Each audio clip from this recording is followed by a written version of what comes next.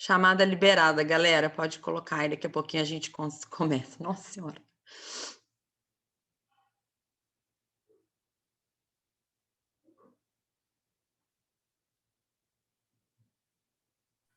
Professora, Oi.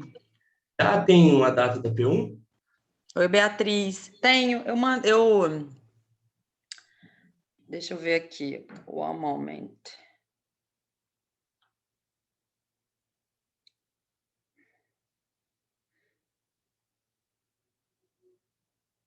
Eu enviei para coordenação. Peraí, só um minutinho, tá? Que eu já vou ver aqui as datas.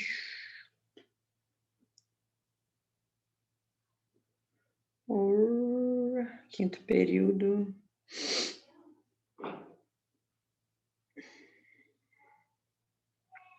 Vamos lá. P1, dia 17 de setembro.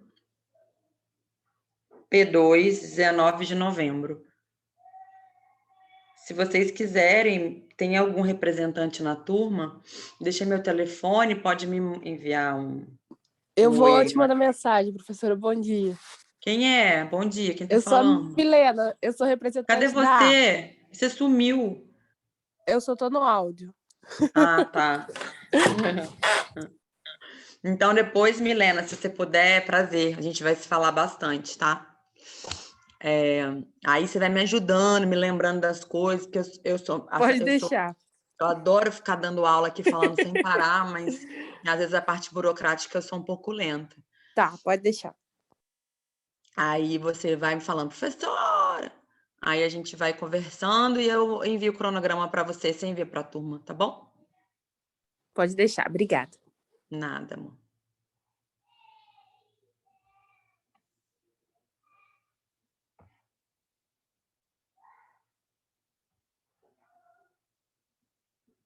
Olha, ganhamos 2 alunos, 79, estou muito feliz.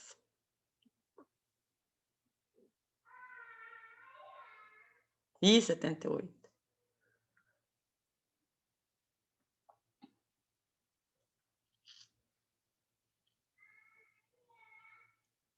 Estela, você vai fazer o quê de especialidade? Eu não sei ainda. Não sabe?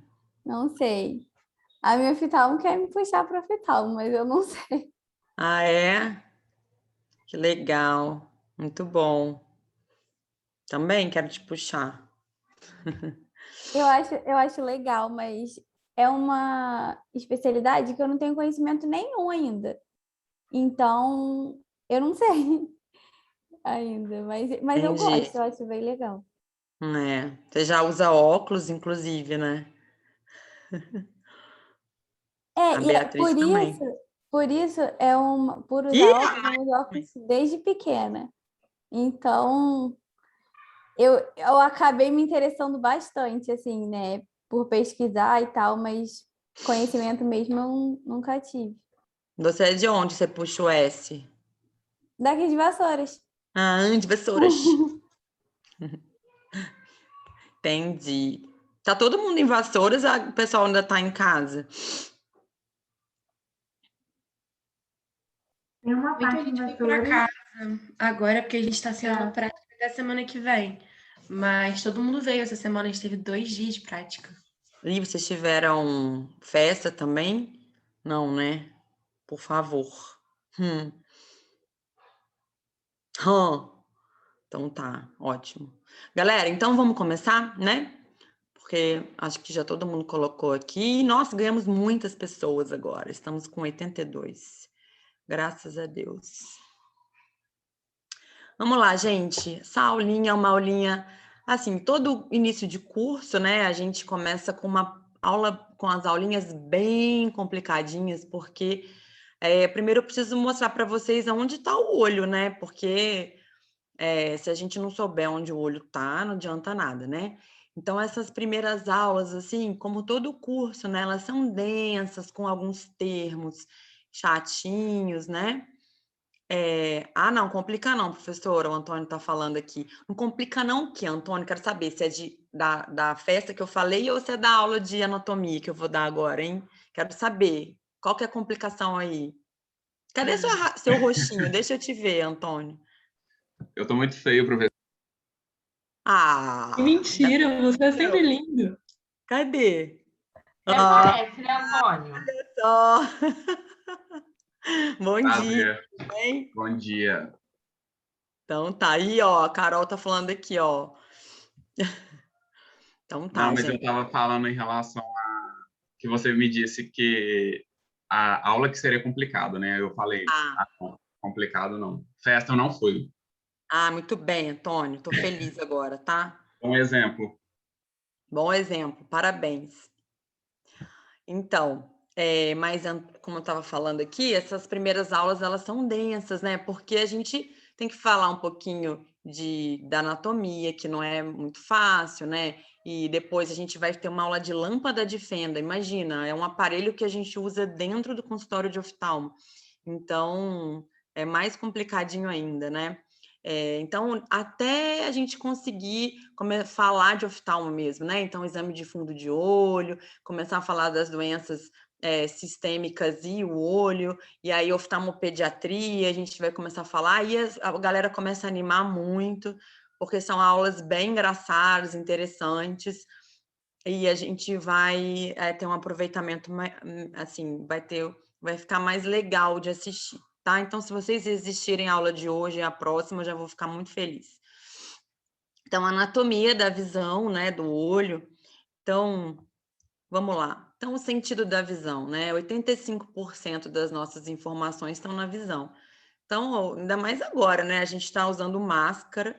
Então, você começa a falar alguma coisa atrás, ninguém está ouvindo o que você está falando, né? Você tem que gritar. No consultório, então, imagina, eu de N95 atendendo paciente idoso com um aparelho no ouvido, né? Então, fica complicado, eles têm que ler lábio para poder interpretar, ou seja, eles têm que ler o lábio para poder interpretar o que você está falando. Então, a nossa visão, o nosso olho, a gente está rindo com o olho, né? Eu tirei uma foto esses dias por um evento lá de laboratório de oftalmo, que a gente tinha escrito um artigo numa revista e eu estava de máscara e aí estava assim, aí todo mundo tá rindo, né? Que eu estava de máscara, estava com essa cara assim. Então, o olho ele está rindo para a gente hoje, né? Então, 85% das informações vem da visão, né? E tem várias causas mais comuns de baixa de visão, né? Então, quais são as principais causas da baixa de visão? Os erros refrativos. O que são erros refrativos? Falta de óculos. Então, a falta de óculos é a principal causa, né, de baixa de visão hoje. Então, na maioria das vezes, no meu caso até que não, porque meu consultório é muito focado para o glaucoma, né? Mas eu faço muito pouco óculos no dia a dia, mas a principal causa na busca de da oftalmologia é a baixa de visão por falta de grau, né? Então, para mim, é muito difícil no Brasil a gente se deparar com isso, porque óculos é barato ou caro? É caro.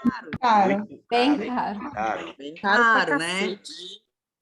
Muito obrigada, galera. Então, assim, óculos é caro, né? Então, imagina um país, né, que a gente vive, não preciso nem ficar aqui falando para vocês, né? A população ter baixa visão por falta de óculos, né? Isso é uma realidade muito pesada, né? E as outras causas? Catarata, que é a principal causa de cegueira reversível no mundo. Então, vocês conseguem imaginar o que eu estou dizendo? A pessoa é cega por catarata, mas é reversível. Por que ela é cega por catarata se catarata é reversível, né? É muito triste você ver uma população cega por catarata, é revoltante. Por quê? Porque é uma doença que você reverte em 12 minutos. Só qual o problema da catarata, da cirurgia? O custo, igual o óculos. Uma cirurgia extremamente cara. É um alto custo para o governo, né? Digamos assim. que é um absurdo, né, também, mas também não vamos entrar nesses detalhes, mas é uma cirurgia de alto custo, você precisa de um aparelho muito caro, você precisa de um cirurgião muito habilidoso, operar catarata tem uma curva de aprendizado enorme, né? Você tem o metilcelulose, você tem faquinha, você tem troca de ponteira, você tem BSS, você tem uma série de lente intraocular, que é uma fortuna, então é uma cirurgia de alto custo.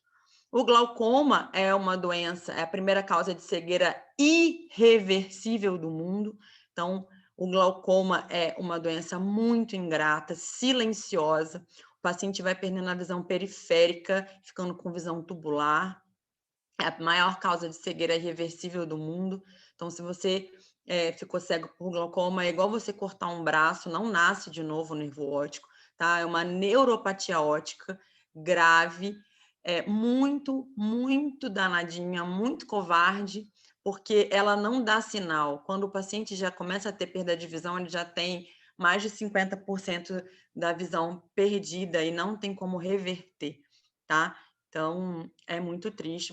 Todo dia eu dou um diagnóstico de glaucoma. Essa semana foi uma paciente de Barra Mansa, que me encaminharam ela já assim, olha, vai lá que ela vai tentar, que eu acho que ela resolve. Quando chegou, a paciente já estava com escavação, que a gente fala, vocês vão aprender lá de glaucoma, total bilateral, 56 anos, cega, tá? Não tem o que fazer, infelizmente, você dá um diagnóstico desse, é cruel demais, eu fico mal o dia inteiro, família chorando, paciente chorando. Eu já tive paciente que suicidou porque ficou cego por retinopatia diabética, tá? Então, assim, é muito cruel. Você só dá valor para o olho a hora que realmente você tem um problema e é muito sério, tá? Ir ao oftalmologista depois dos 40 anos é igual para o homem ir ao urologista, é igual para a mulher ir ao ginecologista, tá? É necessário, porque existem milhões de doenças silenciosas que a gente só consegue fazer diagnóstico precoce se o paciente ir ao oftalmo. Doenças de córnea e da retina, as doenças de córnea principais que nós vemos no nosso dia a dia, ceratocone, provavelmente alguém tem ceratocone numa turma de 100 alunos no 5º período, alguém vai me procurar com certeza para falar, e é a retina, né, que principalmente retinopatia diabética e retinopatia hipertensiva, também, igual glaucoma, todo dia a gente faz um diagnóstico de cegueira por retinopatia diabética, tá? Diabetes está aí, doença grave, a maioria dos pacientes tem síndrome plurimetabólica, são hipertensos, cardiopatas, diabéticos, lesão de órgão-alvo, lesou diabetes, não fazem dieta, sedentários, não fazem controle da glicemia absoluta. O que acontece? Lesão na retina, retinopatia diabética leve, moderada, retinopatia diabética proliferativa, proliferação vitreoretiniana, descolamento de retina e cegueira. Cerca de 20%... Oi. Bom dia. Bom Essa dia. doença da córnea que você comentou é Mayra. Oi, Mayra. Essa doença da córnea que a senhora falou, qual o nome? Ceratocone. Tá bom, obrigada. Nada. Ceratocone a gente chama de ectasia corneana, é onde quando a córnea fica com um bico inferior, igual um cone, tá? Que faz um astigmatismo muito grande no olho, tá? A gente vai ter essa aulinha e a gente conversa de novo, tá bom? Se tiver mais alguma dúvida, pode tirar agora, tá? Cerca de 20% das crianças em idade escolar necessitam de óculos. Então, imagina, né? Todo dia a gente vê criança com baixo rendimento escolar, né? E aí a criança repete de ano, não consegue acompanhar. Aí o que eles falam? Não, essa criança tem DTH, IJLMN, tem todos os déficits de atenção e hiperatividade da vida, né? Aí vão para o neurologista chapa a criança de Ritalina, Venvance, Concerta. Essa criança fica assim, ó, né? Parece uma múmia. Aí andando, mas ela continua indo mal na escola, né?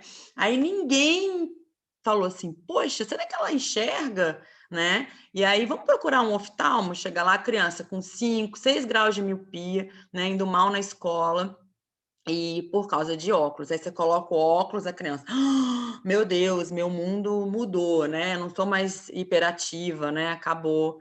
Então, é impressionante como a gente tem criança com erro refrativo. Vocês vão ver na aula de oftalmopediatria o motivo disso, piorou muito na pandemia, mas estamos diante de uma epidemia de miopia, tá? Só para vocês saberem. Cerca de 100% das pessoas com mais de 60 anos necessitam de óculos. Então, quem não vai fazer oftalmo? Me fala. Quando me perguntam assim, vou atender, você atende criança? Eu falo, atendo de 0 a 110. 0 a 110 anos. Eu tenho paciente de 0 a 110 anos. Desculpa aí para vocês, né? 100% dos pacientes vão usar óculos depois de 60 anos. 100, todo mundo, né? Então, eu vou ter paciente de todas as idades, todas as faixas etárias, né? Então, vamos pensar. E aí, começou a partezinha da divisão, né? As túnicas do olho. O olho é dividido em túnicas, compartimentos. Então, a túnica externa, que é compreendida entre a córnea, né? A córnea eu costumo falar que é o vidro do relógio, a parte externa, e a esclera é a parte branca do olho, né? Extremamente resistente, fibrosa, né? A túnica média, que é compreendida entre a íris, que é a nossa parte colorida, a nossa menina do olho, o corpo ciliar, que é quem produz o humor aquoso, né? O humor aquoso é o líquido que circula dentro do nosso olho para dar viabilidade e é o que hidrata, o que sustenta, né? Composto de sódio e potássio, vários nos suprimentos, tem mais ou menos a mesma composição do nosso plasma sanguíneo, né, o que dá nutriente para o nosso olho. E a coroide, que é o nosso leito vascular, né, que dá sustentação, que dá nutrição para a retina. E a retina, que é a túnica interna, que está lá atrás no olho, que é a nossa túnica nervosa, neurológica, né? A retina é uma túnica que é neurológica, é onde as células são transformadas para nos darem a visão, né? A retina é extremamente especializada, tá? Muitas células que fazem sinapses para a gente conseguir enxergar. Então, a túnica externa, só para vocês verem mais um exemplo, que compreende entre a córnea e a esclera, tá? A túnica média, que é essa túnica aqui, que é a íris, que é a parte colorida, né? O corpo ciliar, os processos ciliares do corpo ciliar produzem humor aquoso, e a coroide, que é essa parte aqui vascular, essa parte amarelinha aqui é a retina, que é a túnica interna, que é a nossa túnica nervosa. A coroide, ela irriga a retina, né? Dá nutrição para a retina, tá? A retina fica viável pela nutrição da coroide. Vamos desmembrar a córnea. A córnea é a parte, nosso vidro do relógio, é a primeira parte do olho, essa parte transparente, né? Ela é compreendida com 6 camadas, né? Um indiano infeliz resolveu estudar a córnea há alguns anos e ele descobriu mais uma camada, entendeu? Para encher nosso saco. Mas ele descobriu mais uma camada na córnea depois de anos, que é a camada de Dua, é uma camada nova, tá? Então, o epitélio da córnea, que é a primeira camada da córnea, o epitélio é uma camada extremamente friável. Alguém já teve ceratite? Alguém já teve algum cortezinho na córnea? Caiu alguma coisa, um corpo estranho, né? O epitélio corneano ele é extremamente inervado, tem mais de 100 terminações nervosas, e ele tem uma grande característica, graças a Deus, ele regenera em 24 horas, ele reptiliza em 24 horas, tá? Então, por isso que quando a gente tem uma lesãozinha na córnea, nós conseguimos colocar uma pomadinha de antibiótico com ácido hialurônico, e em 24 horas esse epitélio é regenerado, né? A membrana de Baumann, que é a segunda camada, que fica abaixo do epitélio, essa pequena membrana, né? Que chama membrana de Baumann. Ela é uma membrana fina, que é a segunda camada da córnea, e ela tem uma característica, ela não se regenera.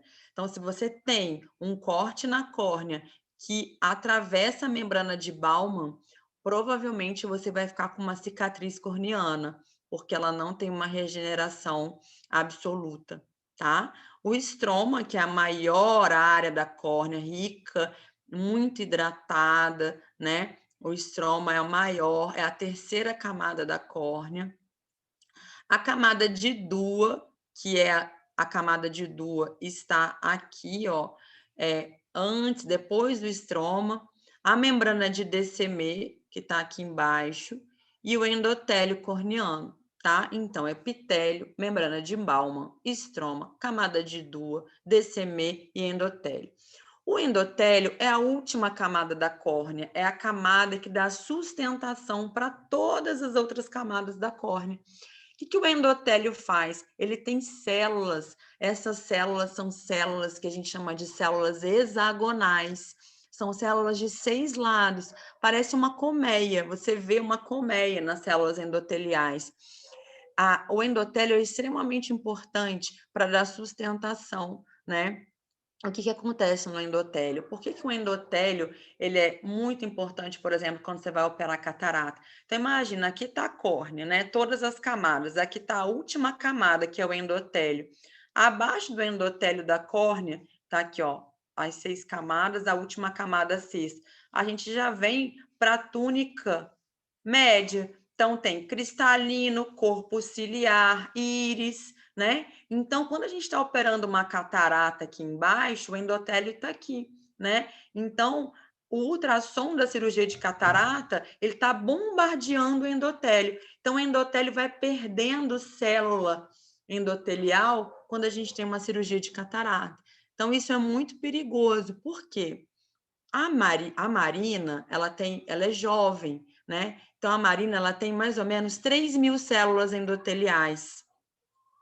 Eu, que sou velha, já tenho 2.000 células endoteliais. Eu já perdi célula endotelial na minha vida. As células vão se perdendo pelo envelhecimento. Então, imagina um paciente com 70 anos que vai operar catarata, ele já perdeu mais de 1.000 células endoteliais na vida, né? Então, quando a gente está bombardeando esse endotélio, ele está perdendo mais célula endotelial, né? O endotélio só sustenta a córnea, a transparência corneana, com 500 células. Abaixo de 500 células, a córnea fica turva, fica branca, ou seja, você perde transparência e automaticamente perde o quê?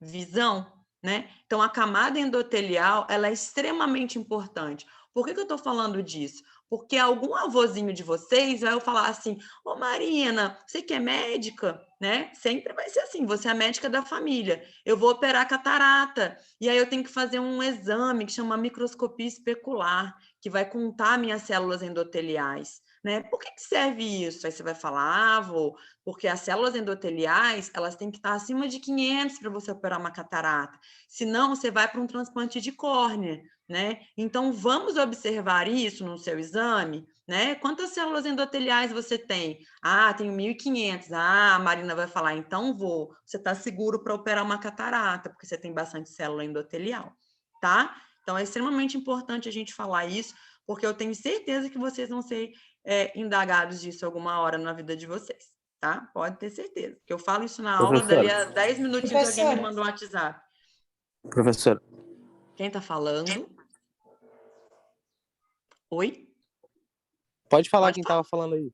Ah, tá. É porque você falou antes de mim, mas eu só queria que repetisse o nome do exame, por favor. Microscopia especular. Obrigada. Nada, amor. Quem mais? Pode falar. Tiago, toda vez então que eu tenho uma lesão a nível de endotélio, eu necessito trocar, fazer o transplante de córnea? Então, olha só. Vamos lá. Tiago, né? Isso. Tá. Tiago, olha só. As células endoteliais, ela tem um arcabouço, parece uma colmeia de abelha. Então, você que é jovem, você tem mais ou menos 3.000 células, tá? Na sua vida. Só que essas células, por exemplo, os usuários de lente de contato perdem células endoteliais automaticamente. O próprio envelhecimento faz a gente perder células endoteliais. Então, na verdade, não é uma lesão, é o envelhecimento normal do olho. A gente vai matando célula endotelial no nosso decorrer da vida, né? Então, se um paciente que vai operar catarata, né? Por exemplo, um cristalino muito duro, que você precisa de muita mobilização para tirar o cristalino, o endotélio está aqui em cima. Então, imagina que vai uma onda de calor para o endotélio o tempo todo. Então, você vai perder muita célula endotelial. Só que o endotélio só segura a transparência corneana se ele tem 500 células. É o mínimo que ele pode ter, entendeu? Então, numa cirurgia de catarata, se, por exemplo, um paciente for para uma cirurgia de catarata com 800 células endoteliais, eu, como cirurgião, tenho que saber que eu não posso bombardear esse endotélio. Então, ele vai perder muita célula endotelial. Numa cirurgia, você pode perder até 1000 células endoteliais, né? Então, eu vou colocar uma substância viscoelástica no meio para proteger o endotélio. Eu vou ter os meus mecanismos de cirurgia para proteger o endotélio, porque eu sei que se ele tiver menos de 500 células, o que vai acontecer? Falência endotelial. E aí esse paciente fica com a córnea opaca. E aí, como é que eu vou recuperar a visão desse paciente? Eu tenho que trocar a córnea dele. Você não concorda? Senão ele não vai enxergar. Entendi. Tá? Entendeu? Existem transplantes só endoteliais. Eu não preciso trocar a córnea inteira. Eu posso trocar só o endotélio dele, que depois viabiliza a transparência volta ao normal, tá?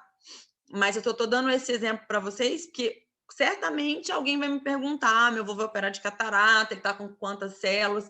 Existem doenças do endotélio, tá? Cada camada da córnea, escutem isso, né? Para quem acha que oftalmo não tem nada, cada camada da córnea tem 5 ou 6 doenças, cada uma. Epitélio, distrofia de Map-Dopt fingerprint, vocês não precisam saber isso, tá? Membrana de Baumann, doença, todas as distrofias corneanas, doenças estromais, distrofia de macular 1, látice tipo 2, endotélio, doença de Fuchs. Então, provavelmente alguém em 100 alunos vai me falar alguma coisa de Fuchs. O que é Fuchs? É uma doença do endotélio onde as células hexagonais, que são 6 lados, perdem a sua estrutura, elas ficam com 5 lados, ficam redondinhas, ou seja, tem uma falha da bomba endotelial, é o que sustenta a transparência da córnea, tá bom? Combinado, Thiago? Beleza. Entendeu? Professora? Oi, amor. É a Carol. Deixa eu te Oi, perguntar. Carol.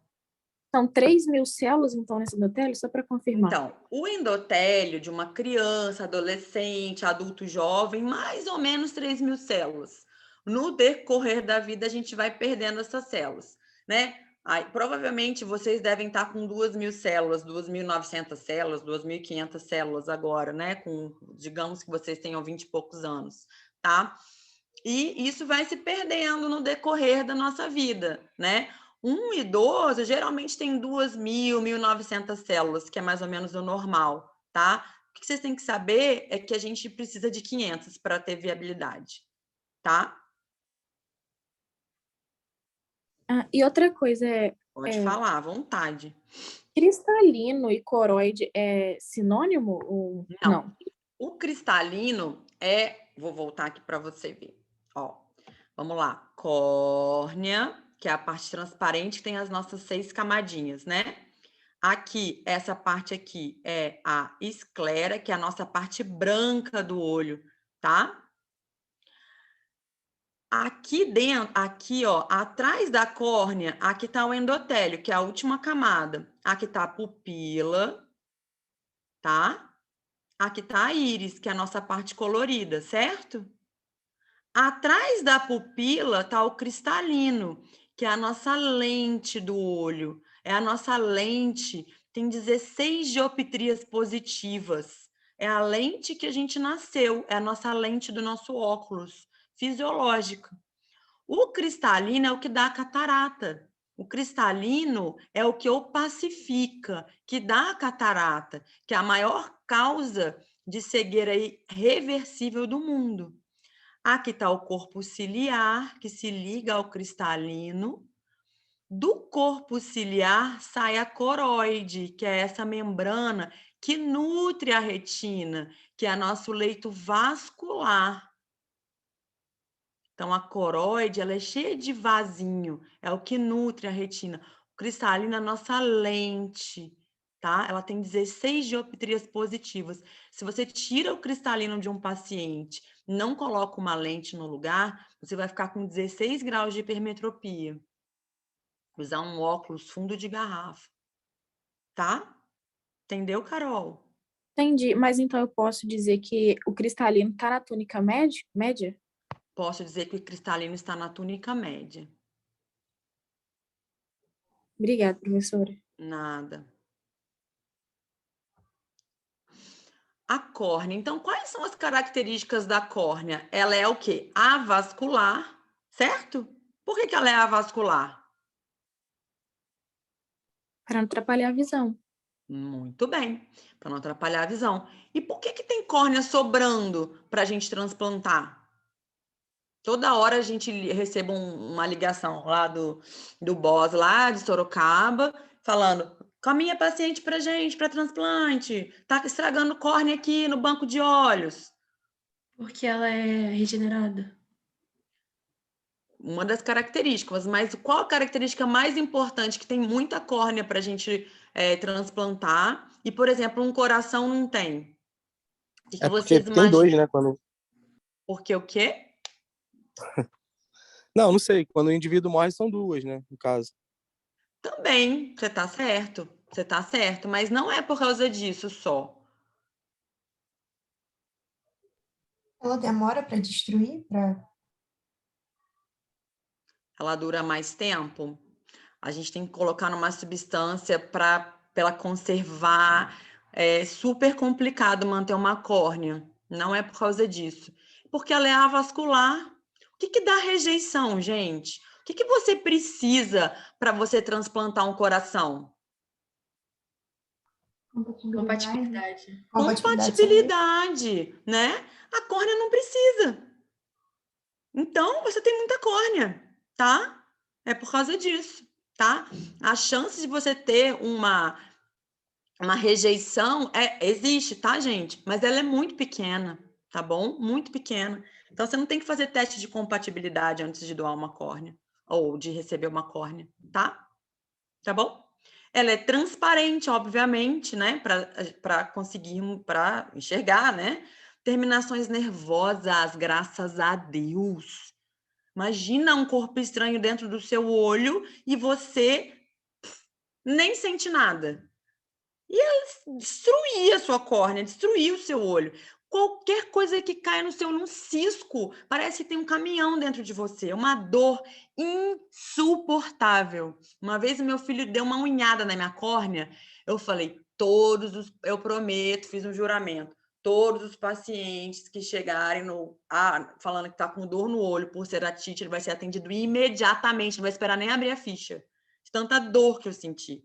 Né? Onde eu vou, eu levo um kit de ceratite na minha bolsa. Lente de contato terapêutica, pomada revitalizante, esparadrapo, tudo. Anestésico. Quando eu vou para a praia, então, eu sou uma emergência. Estou ali, ó. O pessoal, caiu areia no meu olho. Eu vou com o meu kit e lavo aquele olho e ocluo, ponho pomada, porque é uma dor que não existe igual. É muita dor, né? A córnea tem mais de 100 terminações nervosas, né? Então, é muita dor.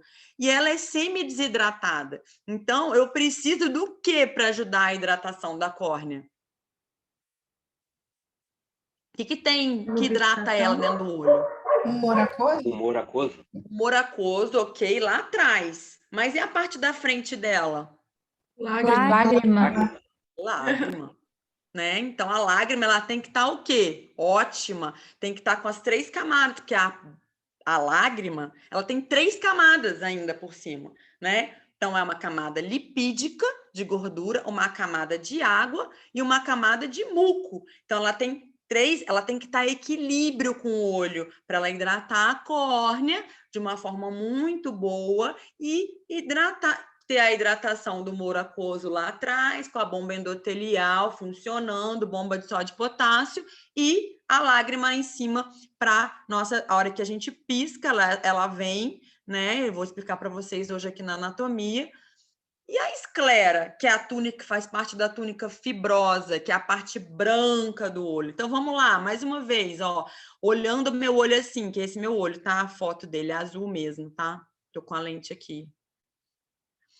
Nossa, se eu tivesse olho azul, imagina, gente, nunca ia estar aqui agora, ia estar, sei lá no Japão, sendo modelo, sei lá, né? Vocês não acham? Imagina. Nossa Senhora, tá aqui trabalhando todo dia, segunda a segunda. Vamos lá. Tem alguém rindo muito aqui, meu Deus. Então, olha só, imagina. Então, aqui temos a pupila, né? Aqui atrás, junto com a íris, a córnea já está aqui na frente, né? A córnea é transparente, né? E a esclera, que é a parte branca do olho, né? Então, a esclera, ela é recoberta, né? A esclera, ela é recoberta por quem? Então, vamos lá. Aqui está a esclera, a parte branca do olho. Imagina que não tem nada. O que vem em cima da esclera? O corpo ciliar. O corpo ciliar está lá atrás. Estou adorando. Vocês estão respondendo tudo, mas tá certo, Beatriz. Adorei. Mas ele está lá atrás. Vamos pensar lá na frente. Ó, esclera está aqui, né? O que tem na frente da esclera? Uma coisa que vocês amam. Vocês amam. Conjuntiva, né? Então, tá aqui uma pelezinha que vocês amam. Tudo é conjuntivite, né? Então, é a conjuntiva. Embaixo da conjuntiva tem uma camadinha pequenininha que chama tenon, com 2 N's, membrana de Tenon. Atrás da membrana de Tenon tem uma outra camadinha transparente que chama episclera. E a parte branca, fibrosa, dura, que se chama esclera. Então, a esclera, a córnea está aqui, a esclera está na lateral. Então, olha para o olho de vocês, né? Então, a córnea está aqui no meio, a esclera é a parte branca, é o resto da parte branca. Só que a esclera, ela não é nua, ela tem uma roupa. Ela não está exposta no meio, ela precisa de uma roupa. Essa roupa, quem recobre a esclera? A conjuntiva, a nossa rainha conjuntiva maravilhosa. Depois vem a tenon embaixo e a episclera, que está intimamente ligada à esclera, né? A esclera, ela é uma membrana extremamente fibrosa, opaca, dura, né?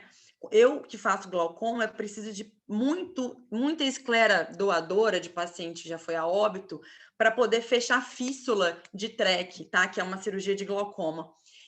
Por que eu estou falando isso? Vocês não precisam saber isso. Porque quando eu vou cortar um quadradinho da esclera, olha, de tão dura que é, né? É muito rígida. Porque ela que nos protege, né? Ela nos protege do impacto, é uma membrana dura e fibra de proteção, né? E ela é recoberta, como eu já falei para vocês, basicamente pela conjuntiva, cápsula de Tenon, episclera, até chegar na nossa querida esclera. Só quando você olha assim para ela, você consegue ver 3 camadas? Claro que não, mas você vê que tem uma pelezinha em cima da parte branca, não vê? Essa pelezinha em cima da parte branca é a nossa querida conjuntiva, né? Tá bom? A íris.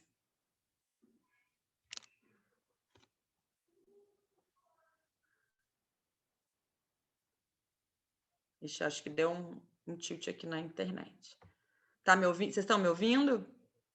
Estamos sim. Ouvindo sim. Ótimo. A íris, ela controla a luz na pupila, né? Então, temos o esfíncter da pupila que faz a miose e os músculos radiais da pupila que fazem a midríase. Então, miose, midríase, miose, midríase. Então, esfíncter, miose, midríase, músculos radiais. Quando que a pupila faz miose? Não tem muita luz. Tá muito claro. Tem muita luz, né? Então, tem muita luz, ela miose. midríase, músculos radiais. E o estroma é o que faz eu, por exemplo, ter esse olho azul, é o meu estroma da pupila, da íris, entendeu? Que é muito, né? Tem pouco pigmento, mas o meu olho azul deixa muita luz entrar.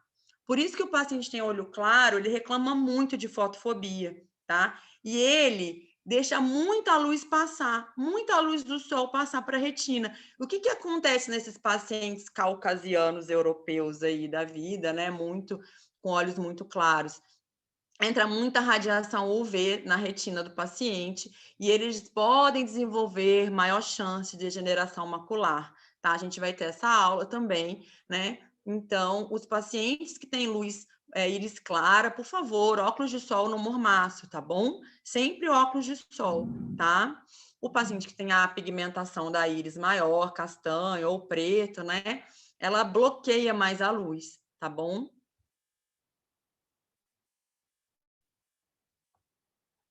Então, aqui só para vocês terem uma ideia, né? Só para a gente fazer uma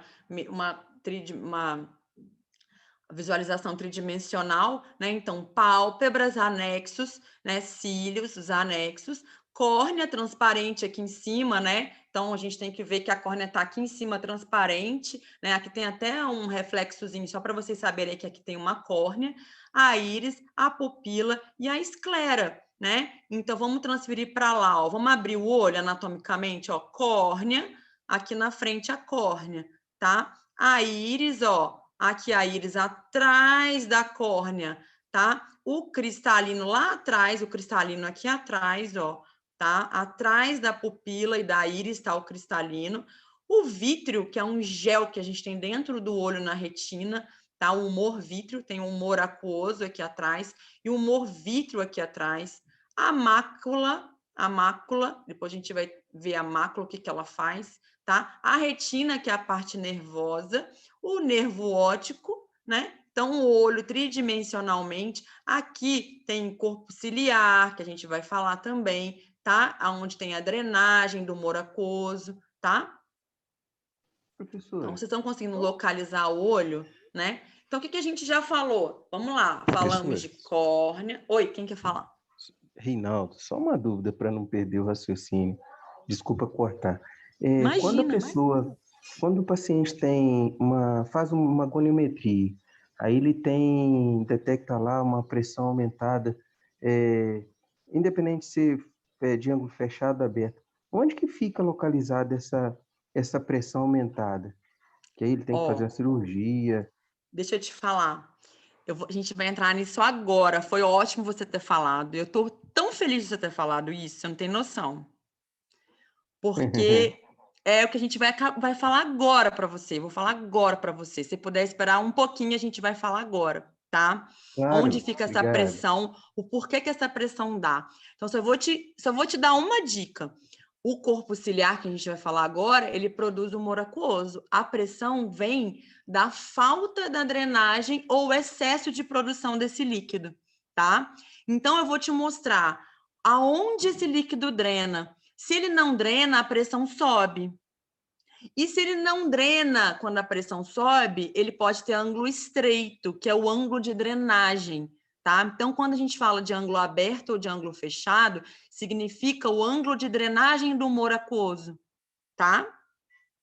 Então, foi perfeita a sua pergunta na hora certa. Se você não entender até o final, a gente fala de novo, tá? Então, como todo mundo fala que o olho é assim, né? É uma coisa assim, tem nada, nada. Isso aqui, essa coisa lateral aqui, é só um pedacinho assim, ó, do olho, só um negocinho assim, ó, né? Que ele é onde a gente drena, é onde o líquido é produzido e drenado. Isso chama ângulo da câmara anterior ou seio camerular, né? Então, essas estruturas aqui, como ele falou, um exame que chama gonioscopia, onde elas são visualizadas no exame chamado gonioscopia, né? Quando nós visualizamos essa linha de Schwalbe, a rede trabecular, que é onde drena o líquido, o humor aquoso, é drenado aqui, tá? nós temos o ângulo aberto ou o ângulo fechado. Vou explicar para vocês o que é isso. Então, vamos lá. O corpo ciliar. Então, a gente falou de córnea, parte da frente. Então, vamos lá. Túnica, a parte da túnica externa, córnea e esclera. Falamos tudo da córnea, das 6 camadas, do endotélio. Falamos da esclera, da quem cobre a esclera, nossa querida conjuntiva que a gente ama, né? Nossa roupa da esclera. Aí a gente foi para a túnica média, que a gente já falou agora, íris. A íris controla a entrada de luz, abre e fecha. A gente viu a íris linda, azul, bonitona e tudo mais. Depois da íris, o que a gente vai falar? Do corpo ciliar. O cristalino está aqui, né? O corpo ciliar está bilateral, tem corpo ciliar aqui, corpo ciliar aqui. Meu rosto é o cristalino. Tá ligado, corpo ciliar, meu rosto é o cristalino. Então, tem 2 corpos ciliares aqui. O que ele faz? Ele produz humor aquoso. O que mais que ele faz? Aqui não está o cristalino? Eu não sou cristalino aqui, meu rosto? O cristalino não é uma lente. Então, o que ele faz, o músculo ciliar? Ele faz a acomodação do cristalino. O cristalino sobe, o cristalino desce. O cristalino sobe, o cristalino desce. Faz o quê? Acomodação da visão. Então, o músculo que é a minha mão aqui, ele está pegando o cristalino, que é meu nariz, aqui minha boca, e está acomodando. E aqui, onde está esse frufru ridículo da minha blusa aqui, o que é? É os processos ciliares. Nesse frufru, está produzindo humor aquoso. E aí, os processos ciliares estão produzindo humor aquoso. Então, ó, eu sou cristalino, meu rosto, corpo ciliar acomodando a visão. Opa, estou enxergando a Marina, não estou mais. Estou acomodando aqui, acomodando a minha visão. E aqui, ao mesmo tempo, que não tem nada a ver com a acomodação, esse frufru aqui, desse lado e desse lado, estão produzindo humor aquoso, né? O humor aquoso é extremamente importante. Ele produz e ele drena aqui. Então, tá drenando aqui, ó. Tá drenando o humor aquoso e produzindo humor aquoso. Então, o músculo ciliar responsável pela acomodação e os processos ciliares responsáveis pela produção de humor aquoso. Então, aqui na figura, os processos ciliares são esses apêndices produzindo humor aquoso. Ó, a íris aqui atrás, bonitona, cortada, só para vocês terem uma ideia, né? E aqui os processos ciliares produzindo e o músculo ciliar aqui fazendo o quê? Tracionando o cristalino para acomodar. Tudo bem? Doideira, né? Bastante. Ó, oi? Oi? Não, estava respondendo que é bastante doideira. Mas vocês estão entendendo, né? Então, agora eu sou um corpo ciliar, tá bom? Então, vamos lá. Então, quando a gente está acomodando a visão, né? Então, olha essa figurinha aqui, ó. A córnea aqui na frente com as nossas 6 camadas. A íris aqui, ó. Tá vendo a íris aqui? Né? A íris está aqui. E aí, o que acontece? Quando a gente acomoda a visão, o cristalino, ele cresce. Então, as fibras da zônula estão aqui e ó, o músculo ciliar segurando, tracionando, né? Tá? E o cristalino aqui diminuindo e aumentando, diminuindo e aumentando. E os processos ciliares aqui, né, estão produzindo humor aquoso, tá? Ao mesmo tempo, tá? São coisas independentes, a nossa acomodação da produção do humor aquoso, tá? Professora. E aí? Aí, o nosso amigo, que eu esqueci seu nome, desculpa, que me perguntou da gonioscopia, que eu fiquei muito feliz, né? Reinaldo. Reinaldo, desculpa. Nunca vou esquecer mais, nunca vou te esquecer. Ó, vamos lá. O Reinaldo me falou uma coisa que eu fiquei muito feliz, que foi sobre gonioscopia, que é o exame que nós vemos o quê? Se o ângulo é aberto ou se o ângulo é fechado. Ontem uma aluna me falou, professora, quero escrever um artigo sobre ângulo aberto e ângulo fechado. Das medicações que interferem na dilatação da pupila, que podem fechar o ângulo. Falei, nossa, perfeito. Ela já viu vários artigos, me mandou, a gente está discutindo. Então, assim, é isso. Eu fico feliz porque ela saiu da aula de oftalmo e ela tá com essa noção já, ó. Tem medicação que pode fechar o ângulo. Não vamos falar disso agora. Na aula de glaucoma, eu vou falar tudo isso para vocês, tá? Hoje a gente tem que entender o que é o ângulo aberto e o que é o ângulo fechado. Então, vamos lá. Córnea, 6 camadas, né? E aí, aqui, vamos lá, aquela mecanismo. A íris, que é a minha íris azul coloridinha. Aqui, o cristalino, né? E aqui, os processos ciliares. Aqui, o corpo ciliar, bonitão, né? E aí? E aí? O que eu preciso saber aqui para drenagem do humor aquoso? Por quê? Esse líquido que é produzido pelos processos ciliares, eles precisam sair do olho, serem drenados. Porque senão acontece o quê, Reinaldo? A pressão aumenta na Aumenta a visão, pressão do provavelmente. olho, vai ficar uma panela de pressão. O olho fica duro. O normal de pressão é 10 a 20 milímetros de mercúrio. Um olho que não é drenado chega a 60 milímetros de mercúrio. Explode a panela de pressão, né? Então, o que acontece?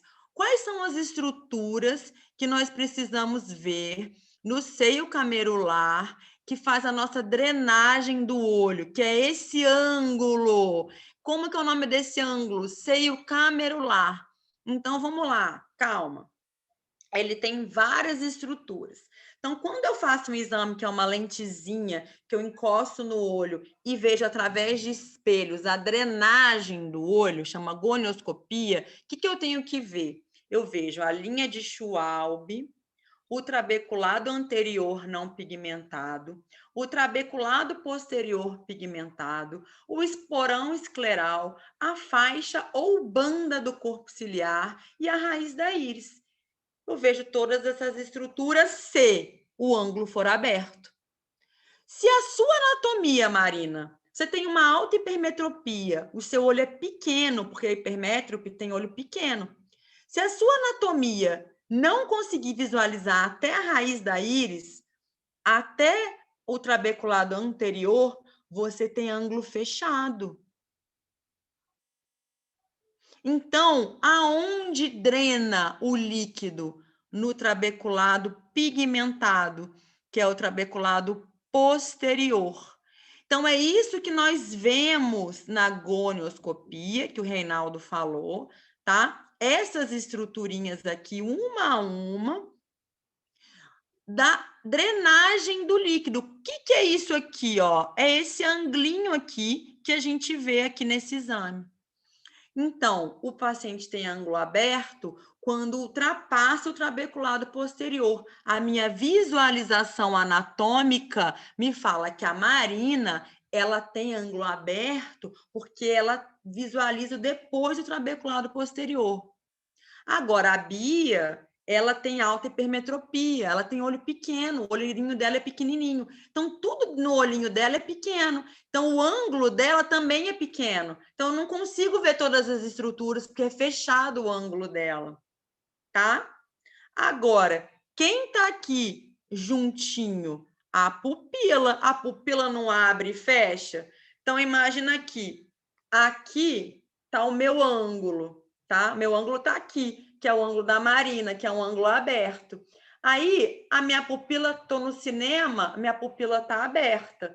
O ângulo da Marina, ó, está empurrando. Continua aberto, que o ângulo da Marina é aberto. Então, minha pupila está aberta, porque eu estou no escuro, certo? Meu ângulo da Marina está aberto.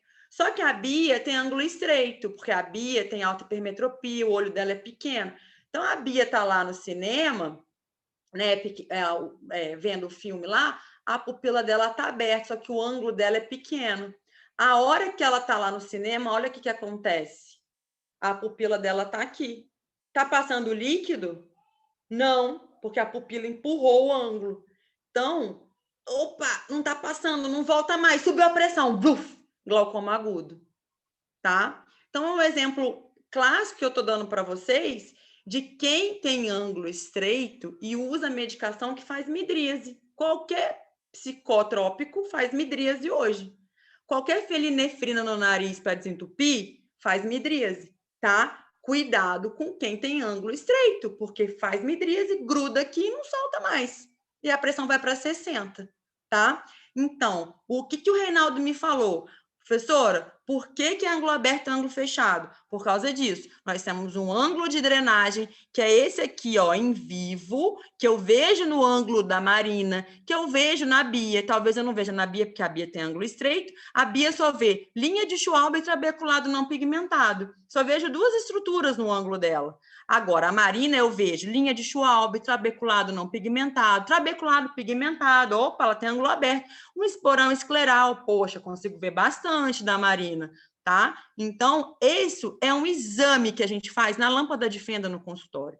Por isso que eu sei se o ângulo é aberto ou se o ângulo é fechado. Reinaldo, respondi a sua pergunta? Respondeu sim, agora entendi, obrigado. Entendeu? Todo mundo? Entendi sim. Que bom. Professor, Oi. o corpo ciliar, ele é contínuo com a íris? Ele é contínuo com a íris, tá? Ele é grudadinho na íris aqui, do ladinho, tá?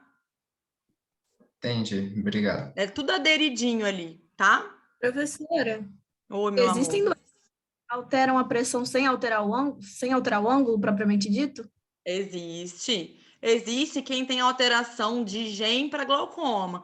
Então, a pessoa produz muito humor aquoso, por exemplo, ou tem um trabeculado aberto, mas muito pigmentado. Que esse trabeculado, ele varia a pigmentação de 1 a 4. Então, tá lá, 4 cruzes de pigmentação, atrapalha a drenagem, tá? Ou essa pessoa tem uma síndrome, chama síndrome pseudoesfoliativa, que o olho começa a liberar um monte de proteína e vai aderindo no trabeculado, tá? Ou tem um glaucoma de ângulo aberto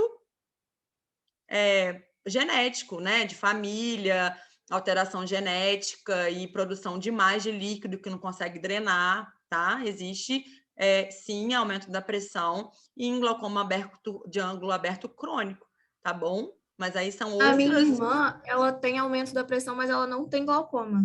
Ela é hipertensa ocular, né? O hipertenso Ela ocular faz pode ter um acompanhamento. excesso de produção, tá? E aí tem que ver, porque a gente trata hipertenso ocular quando ele tem córnea fina e pressão maior de 23, tá? Aí depois você tem que dar uma olhadinha para ver se ela tá tratando ou não, tá bom? Mas Professora, existe hipertenso ocular. Oi? desculpa. Eu me perdi, eu estava anotando, eu me perdi um pouco. Quando a pessoa tem um ângulo fechado, ela tem a menor chance de drenar, ela tem o menor espaço para drenagem de quê? Do humor aquoso. Do humor aquoso, isso, tá. Obrigada. Isso, é tipo um ralinho no banho. Você tem muito cabelo no ralo, não drena, tá? Fica lá o box enchendo, tá? Professor, então, em cima dessa dúvida da colega, da irmã que tem essa hipertensão ocular, como acontece a possibilidade de um glaucoma agudo, ela pode perder a visão definitivamente, como acontece nos glaucomas? No caso dela, né, provavelmente ela tem ângulo aberto. Então, só existe glaucoma agudo em ângulo estreito. Então, eu vou falar isso para vocês de novo. Só existe glaucoma agudo em ângulo estreito. Não existe glaucoma agudo em ângulo aberto. O que é o glaucoma agudo? Pressão muito alta, acima de 50, dor, fotofobia, midríase paralítica. Então, você perde a visão em 6 horas. Só existe glaucoma agudo em ângulo fechado, ângulo estreito. Não existe glaucoma agudo em ângulo aberto, tá? Então, provavelmente, a irmã da nossa colega tem um ângulo aberto, só que por alguma alteração ou de produção, excesso de produção, provavelmente de humor aquoso, alguma coisa que não está legal ali, que a gente precisa avaliar numa consulta, ela está tendo um aumento da pressão intraocular, mas o máximo do hipertenso é 25, não passa muito disso. E o paciente não tem sintoma, às vezes tem uma dorzinha de cabeça muito leve. O médico da minha irmã disse que é genético. Então, provavelmente ela tem uma alteração do gene de meticilina, tá? Então, provavelmente ela com certeza tem ângulo aberto. Se ela tivesse um ângulo estreito, porque pode fazer uns bloqueios pupilares, abrir e fechar. Às vezes o paciente faz isso, tá? Que a gente chama. Então, ela ia ter dor para dor, dor para dor. Provavelmente, o oftalmo que deve estar acompanhando já deve ter feito, se ela tivesse ângulo estreito, já tinha feito uma iridotomia profilática, que a gente faz um furo na íris com um laser para não fazer bloqueio, porque a hora que bloqueia, a íris faz igual panela de pressão. Ela tira o líquido para frente, entendeu?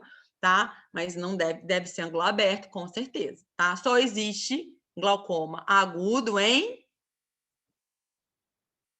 Ângulo estreito. Ângulo fechado.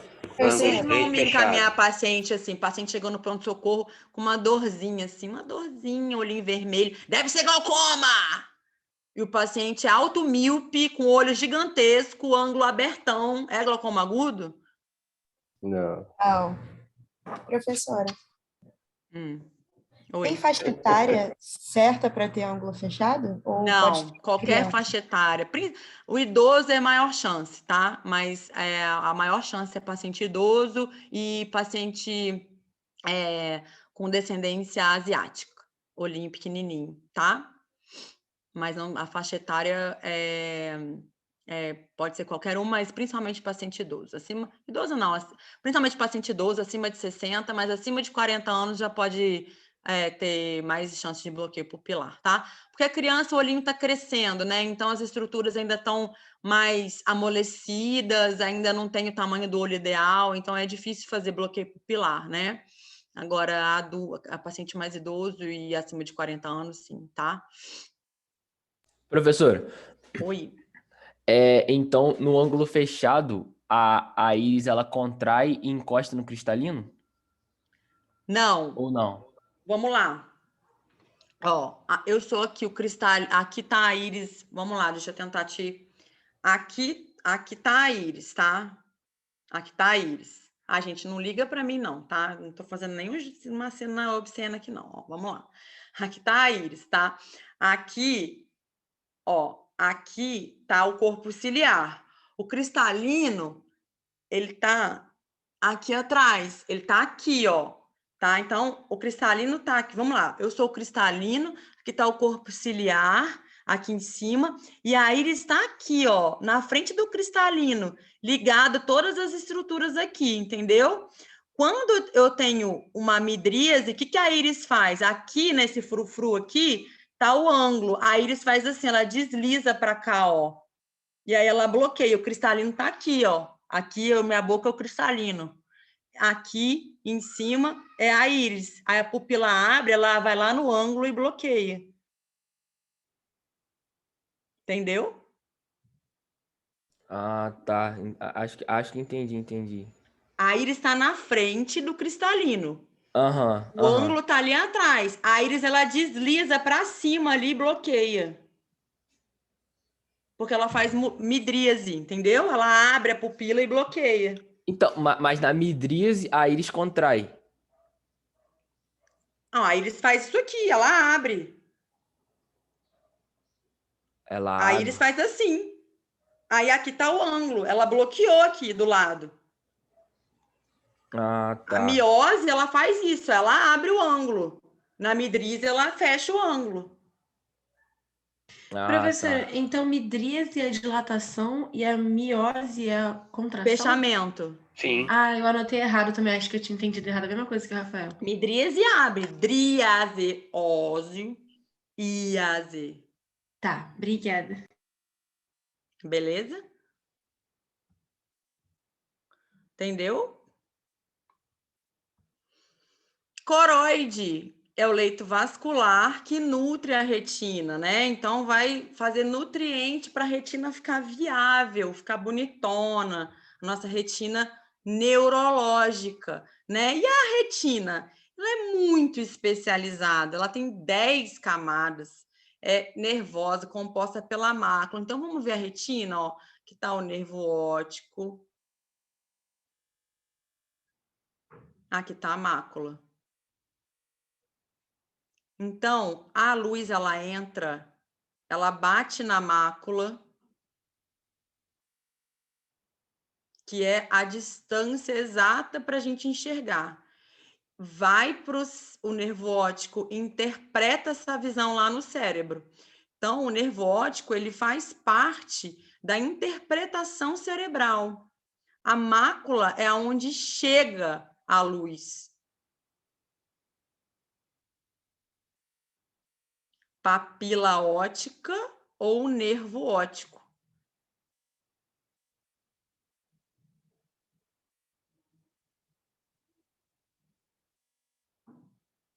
Ok. Ok, gente. Sim, Ok. sim. Professora, Acho que tem deu uma uma travada. travadinha. É. O que vocês não pegaram? Não, é porque congelou. Eu consegui ouvir, só que foi congelando. Aí eu não sei se a senhora falou algo a mais. Se puder Foi repetir. parando assim enquanto você falava. Nervo óptico, mácula. A luz chega na mácula. O nervo óptico absorve essa interpretação direto no cérebro. O cérebro interpreta junto com o nervo óptico. Tá bom? Ok? Foi sim. Obrigada. Olha como a retina é especializada. Vocês têm que saber tudo isso para a prova. Mentira. Não tem, tá, gente? Não vou cobrar isso nunca de vocês, mas só para vocês terem uma ideia. Olha a coroide aqui, intimamente ligada à retina, irrigando a nossa retina nervosa maravilhosa, né? Toda especializada, tem várias camadas. O que vocês têm que saber para a vida, né? Existe uma membrana de Bru, que a membrana de Bru é como se fosse o nosso rim. Ela filtra todas as impurezas desse sangue que chega aqui. Então, não vou falar isso de vocês, não, tá? Meu vizinho aqui, que é diabético, que o sangue dele é todo cheio de glicemia, de substâncias nocivas, né? A Bru, ela tenta filtrar isso antes de ir para a retina, tá? E a retina hiperpigmentar aqui também tenta fazer isso, tá? São as nossas duas barreiras que filtram, né, as toxicidades, os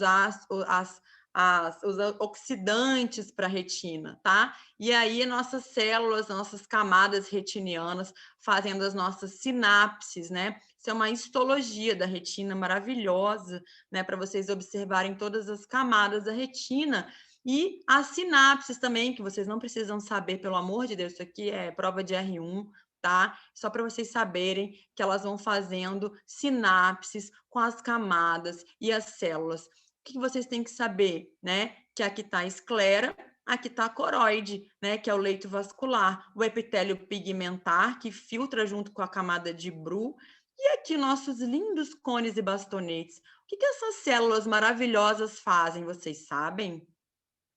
Elas interpretam e invertem a imagem. Branco. E a cor, né? E o? Elas invertem a imagem, né? Tipo... Também, mas o que elas fazem? Visão de? Cor? Visão de cor, tá? Tá bom? Existe um empacotamento de cone. Quando a criança nasce, até 6 meses depois do nascimento da criança, ela ainda está especializando células de cones e bastonetes. Ainda está empacotando o cone, que são as células especializadas para a formação de cores. Por isso que o recém-nascido vê muito mais preto e branco nos primeiros meses, e essas células vão especializando até os 6 meses de vida, tá? Com 3 meses, a criança já começa a enxergar cores fortes. Vermelho, amarelo, verde, as cores primárias, tá? Professora, o problema Oi. da pessoa que é daltônica é bem aí? É bem aqui, meu amor. Bem aqui. Muito bom. Quem tá falando, por favor? Sou eu, a Laura. A Laura. É aqui, Laura. E os anexos? Os anexos, né? A pálpebra, não serve para nada a pálpebra, né? Tem gente que tira a pálpebra até, né? Para que pálpebra? Glândula lacrimal, vias lacrimais, músculos extraorbitares e a órbita, que é a parte... O que é a órbita? São os ossos, né? Nosso arcabouço, nosso anexo. Então, o que é importante a gente saber de pálpebra? Pálpebra, nós temos os músculos orbiculares, tá? Que eu vou mostrar para vocês aqui numa outra foto. Eles sustentam essa todo esse arcabouço de pálpebra, o elevador da pálpebra, porque que eu abro e fecho o olho, né? E o que é importante para a pálpebra? Porque nós piscamos. Alguém consegue ficar sem piscar? Não. Por que a gente pisca? A gente pisca para lubrificar os olhos. Pô, é lógico. Porque a hora que a gente pisca, a glândula lacrimal principal, ela tá aqui na região temporal superior. A hora que eu pisco, eu espremo essa glândula, ela libera a lágrima para o nosso olho, né? Então, pisca, quando a gente pisca, lubrifica, protege e expulsa corpo estranho. Porque quando você tem um corpo estranho no olho, primeira coisa que você faz, você pisca para tentar tirar aquele corpo estranho, né? Então, olha só, como quem fala que o olho não tem nada, mas vamos lá, vocês não precisam saber isso, tá? Mas o músculo orbicular é esse músculo todo fortão aqui que envolve, né, a região orbitária e palpebral, tá? E tem o elevador da pálpebra, que é esse musculinho pequenininho aqui, os ligamentos, igual na perna, ligamentos de Whitnell, o suspensor do fônix, o músculo reto superior, que a gente vai mostrar. Então, todo esse arcabouço, ele envolve o olho para proteger o olho, né? Então, tem várias estruturas. Olha aqui a córnea quietinha, bonitinha aqui, linda, maravilhosa, sendo protegida por vários músculos, por gordura, a gordura pré-aponeurótica, a gordura é extremamente importante atrás dentro dos ossos para nos dar sustentação, né? Tá? Então, gordura e músculo. E a glândula lacrimal? Então, a glândula lacrimal principal, como eu falei, está na região temporal superior e temos as glândulas acessórias, que é a glândula de Moll, a glândula de Zeiss e a glândula de Meibômio, tá? As glândulas acessórias, elas ajudam a qualidade da lágrima. A glândula de Meibômio, ela dá gordura. Então, quando você está muito estressado, ou que o paciente tem rosácea, ou que o paciente tem essas dermatites, está muito estressado, a glândula de Moll, ela começa a produzir óleo. Quem tem muita oleosidade, e ela que é responsável por aquele entupimentozinho daqui da pálpebra, que a gente chama de quê? Tersol? Tersol é o nome popular certíssimo, acertou, tá? Que chama-se ordéolo, ou vulgo tersol, tá? É essa glândula de Meibômio que entope, né? Então, elas ficam ali no bulbo piloso, né? Por isso que eu falo com as meninas maravilhosas dessa turma, lindas e maravilhosas todas, que fazem alongamento de cílios, que colam os cílios no olho, que fazem, como é permanente de cílios, alongamento, aí chega lá no consultório com uma baita de um tersol, uma dor horrorosa. Por quê? Porque altera o folículo, a glândula de Meibômio entope, tá? É lá em Minas, né? O pessoal coloca tersol grávida. Se você nega coisa para grávida, você fica com tersol. Ou o povo pega a aliança, esquenta e põe a aliança. Não faz nada disso, não. A gente vai ter aula de tersol.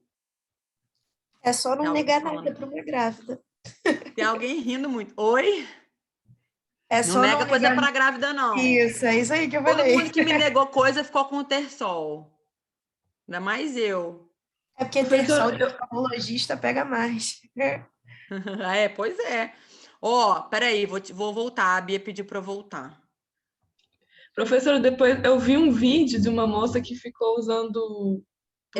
Só um minutinho, meu amor. Peraí, um minuto. É essa daqui, Bia, que você quer que eu volte? Ela quer tirar foto. Essa. Não, a anterior, a de anexos. Essa. A outra. Isso. Tá. Essa, pode falar. obrigada. Alguém ficou usando o quê? Lápis de olho.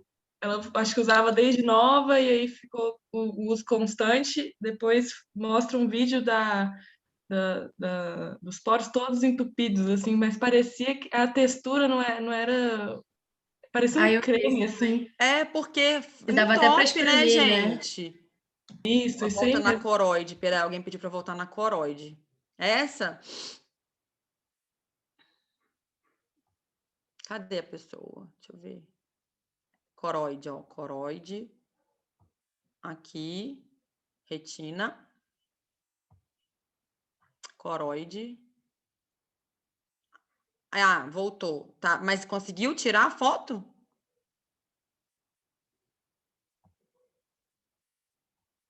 Sim, ok. Mas porque esse lápis de olho ele vai obstruindo, né? E você tem que. Não é proibido usar maquiagem, mas tem que saber tirar a maquiagem, tá, gente? Professora, Oi. aconteceu Da minha prima, ela usava rímel, só que desses vagabundinhos, sabe? Baratinho. Ela usava o rímel para crescer cílios? O lápis? Na maquiagem mesmo. Ah, E dentro aí, da maquiagem? e aí começou a cair os cílios dela. Cai, porque faz uma baita blefarite. O que é bléfaro? Bléfaro é pálpebra. Blef é pálpebra, tá? Então, blefarite, inflamação da pálpebra. Você tem uma inflamação da pálpebra, da glândula pilosa ali, dessas glândulas acessórias, cai os cílios mesmo, tá? Tem que tomar muito cuidado, né? Então, vamos lá, só para vocês terem uma ideia. Pode botar no slide da pálpebra para tirar foto? Claro. Esse? Da pálpebra. Antes. Da pálpebra? Ah, pronto. Isso. Obrigada. Nada. Então, vamos lá. Ó, então as glândulas acessórias. Então, eu tirei um pedacinho da pele aqui do paciente e abri para vocês verem. Aqui tá a pele, o folículo piloso aqui dentro. E olha as glandulinhas aqui de Moll, Zeiss, né? E a glândula de Meibomius grandona aqui. Zeiss e Moll é a água mais aquosa, tá? Eles ajudam mais na lubrificação aquosa. E a de Meibomius, gordura, tá? Fica aquele sebinho na pálpebra quando a gente tem muita... Rímel da Maybelline é inimigo do oftalmo? Ixi. Não sei. Eu não uso, cara. Olha só, eu juro pra vocês. Minha pele é boa mesmo. É porque ele diz que não sai com água, só que não sai com nada, com óleo, Sai com água, nada, é um cimento. É horrível. Cara, eu uso muito pouca maquiagem, assim, de verdade. Não é porque eu sou oftalmo, não, porque eu não sou vaidosa mesmo. Não tenho vaidade, assim, sou eu. Mas quando eu usei semana passada que eu fui jantar e tudo, sim, eu usei um pouquinho de rímel. Meu olho no outro dia acordou muito ruim, assim. E eu uso o rímel da MAC, sabe? Que eu acho que, bom, que sai bem e tudo mais. Mas uma dica para vocês é pegar o shampoozinho Johnson de neném, dilui na água morna e tira a maquiagem com shampoo Johnson. Aquela óleo bifásico, aquelas coisas, dão mais oleosidade ainda, tá? Então, entope mais a glândula. Então, não usa óleo bifásico, não. Usa shampoozinho Johnson ou da Granado para tirar maquiagem, que é a melhor coisa para tirar maquiagem que existe, tá? E as vias lacrimais, né? Como eu estava falando. Então, tem a drenagem basal do filme lacrimal, que é basal, que eu estou aqui agora, estou drenando, estou piscando, está liberando lágrima, e ela está indo para todas as suas vias comum pela própria gravidade, tá? E aí, ó, aqui tá a glândula lacrimal principal. Eu pisquei, ela tem um chuveirinho, tá vendo? Os ductos excretores lacrimais. Liberou lágrima pra gente, olha só, tá? E aí, pela gravidade, ela também drena pelo canalículo superior, mas 70% pelo canalículo inferior. Drenou, veio para o saco nasolacrimal, duto nasolacrimal e vai para o nariz. Por isso que quando você pinga um colírio no olho, você sente o gosto lá na boca, escorre o nariz, tá? Toda essa drenagem. Quando o bebê nasce, ele tem uma válvula aqui que chama válvula de Hasner. Quando ele chora, essa válvula ela é rompida, tá? E aí a drenagem da criança, ela começa a acontecer depois de um tempo, assim, essa drenagem completa, tá? Claro que a criança tem lágrimas, então ela vai ter uma ceratite de exposição, vai ficar uma casca de árvore o olho, né? Mas ela consegue ter lágrima para drenar em menos quantidade, mas consegue. E aí, o que acontece? Essa válvula ela rasga E algumas crianças não rasga. Então, a gente vê muito isso em ambulatório de pediatria, os futuros pediatras, criança com obstrução do canal lacrimal com 1 semana de vida. O tratamento é muito eficaz, que é uma massagem no canal. Então, você abre para o nariz e desce. Abre para o nariz e desce. Você ensina a mãe a fazer isso em casa todo dia, 5 minutinhos, que a válvula abre, tá bom? Então, é extremamente importante vocês saberem isso, tá? Os músculos extraoculares, né? Reto, lateral e medial. Reto, lateral, reto, medial. O olho olha para fora, o olho olha para dentro. Reto superior, reto inferior. E os oblíquos? O oblíquo superior, ele faz o quê? Movimentação para baixo. O oblíquo inferior, movimentação para cima. Só os oblíquos é o contrário. Os retos, lateral, reto medial, reto superior, reto inferior, tá? Para vocês saberem os músculos extraoculares. Eles estão ligados a qual patologia do olho quando você tem uma alteração dos músculos? Estrabismo? Nossa, muito bem. Estrabismo. Quando o músculo está com algum probleminha, tá? Está relacionado ao estrabismo, tá bom? Então, ó, reto superior para cima, reto inferior para baixo, reto medial para dentro, reto lateral para fora. Oblíquo superior, ele vai para baixo e para fora, e o oblíquo inferior, ele vai para cima e para fora também, tá? Professora. Oi. Pode falar, depois eu Pode falo. falar, Reinaldo, pode falar. Obrigado. Até dentro da fisioterapia, professor, tem alguns trabalhos assim com bastante sucesso, né, relacionados à tentativa de correção de estrabismo, principalmente se for convergente, né, tentando fortalecer a musculatura contralateral. Então, assim, eu já vi alguns trabalhos com resultado muito bacana. Com certeza. Lá na clínica a gente tem uma ortopedista, ela é como se fosse uma fisioterapeuta do olho, né? E ela trabalha muito com exercício ortóptico, tá? A gente faz bastante exercício para a musculatura fortalecer. Tem vários trabalhos mesmo. Eu atendo muita criança, os estrabismos convergentes, eu costumo passar o grau todo dilatado, a criança fica muito bem. Então, eu também concordo com você, tá? Já vi vários trabalhos, a gente trabalha muito com exercício ortóptico no nosso dia a dia para melhora do estrabismo, tá bom? Legal. Professora, quando Oi, é amor. caso cirúrgico, porque eu tenho uma amiga que operou agora, semana passada, essa cirurgia é feita no músculo? No músculo.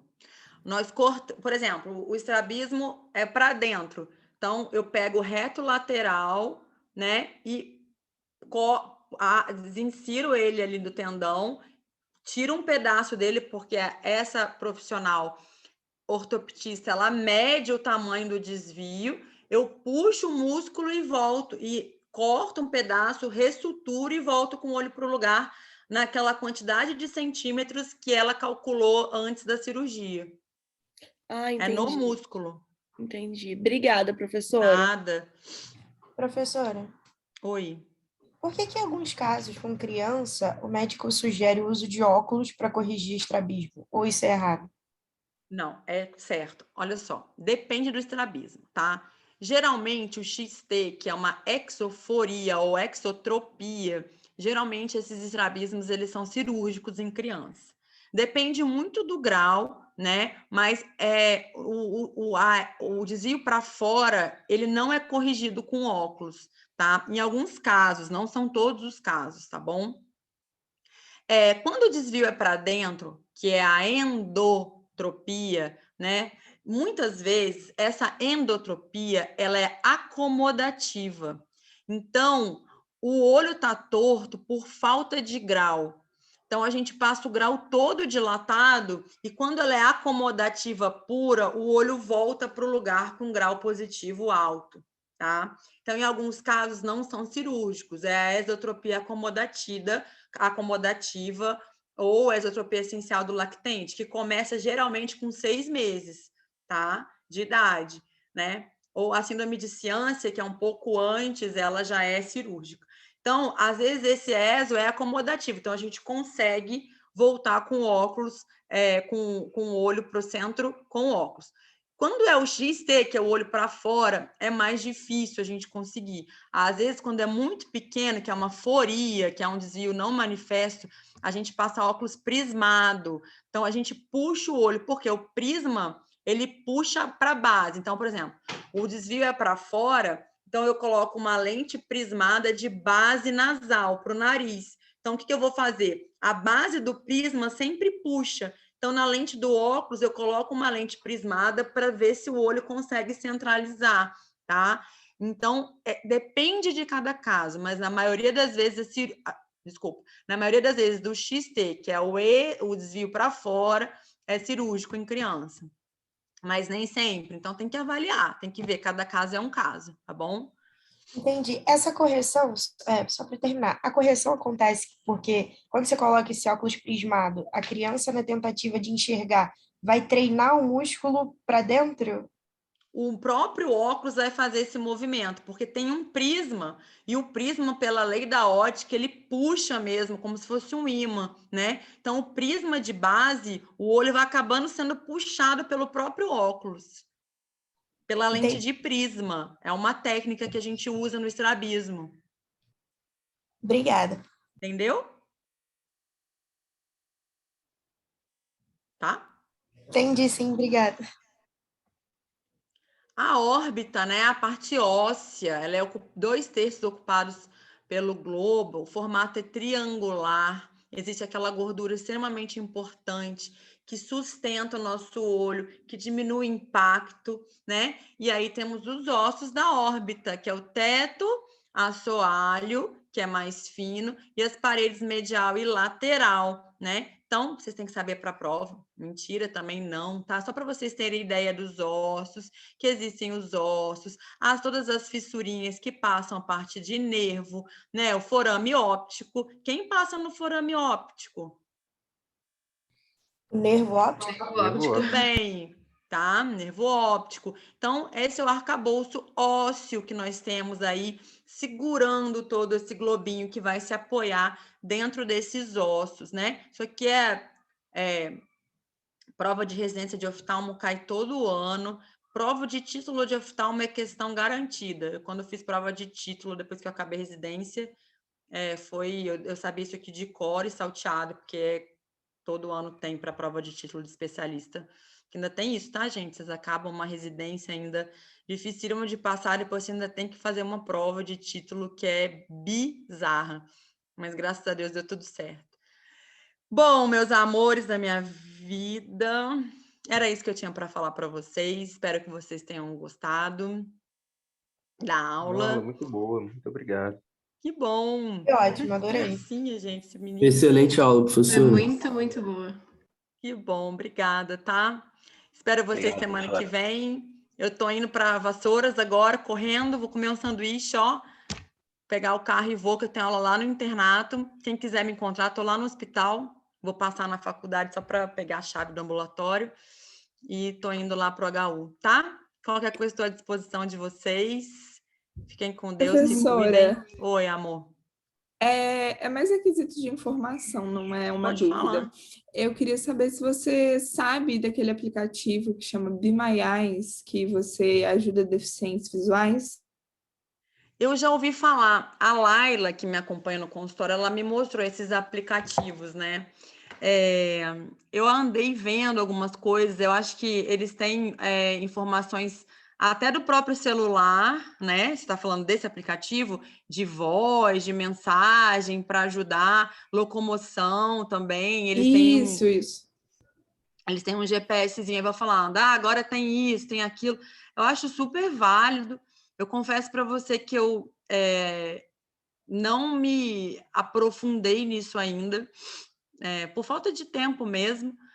A Laila que veio me mostrar, ela está no internato no 8º, ela me acompanha no consultório aqui, e eu achei extremamente interessante e válido. Eu acho tudo para deficiente visual que acrescente, eu acho muito válido.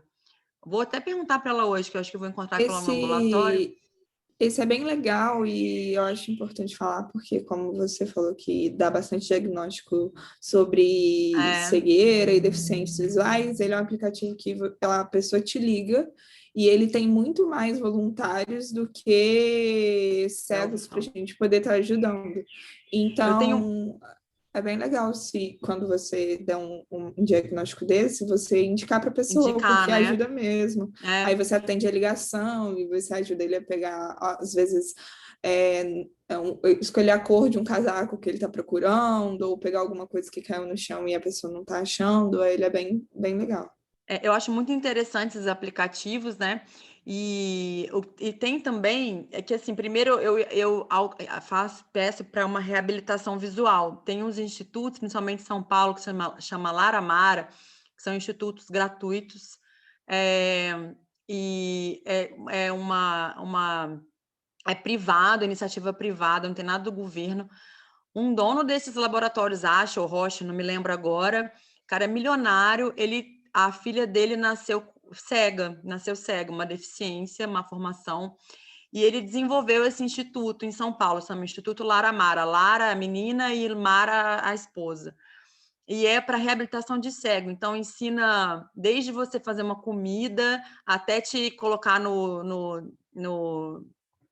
em atividade de trabalho, né? Geralmente eles utilizam plataformas de call center e tudo mais, né? E eles reabilitam o cego para voltar à atividade de trabalho, desde locomoção em rua, para atravessar e tudo mais, todas as funções dentro de casa, limpeza e cozinhar e tudo mais, e cão-guia, né? Então, eu tenho vários pacientes com cão-guia no consultório.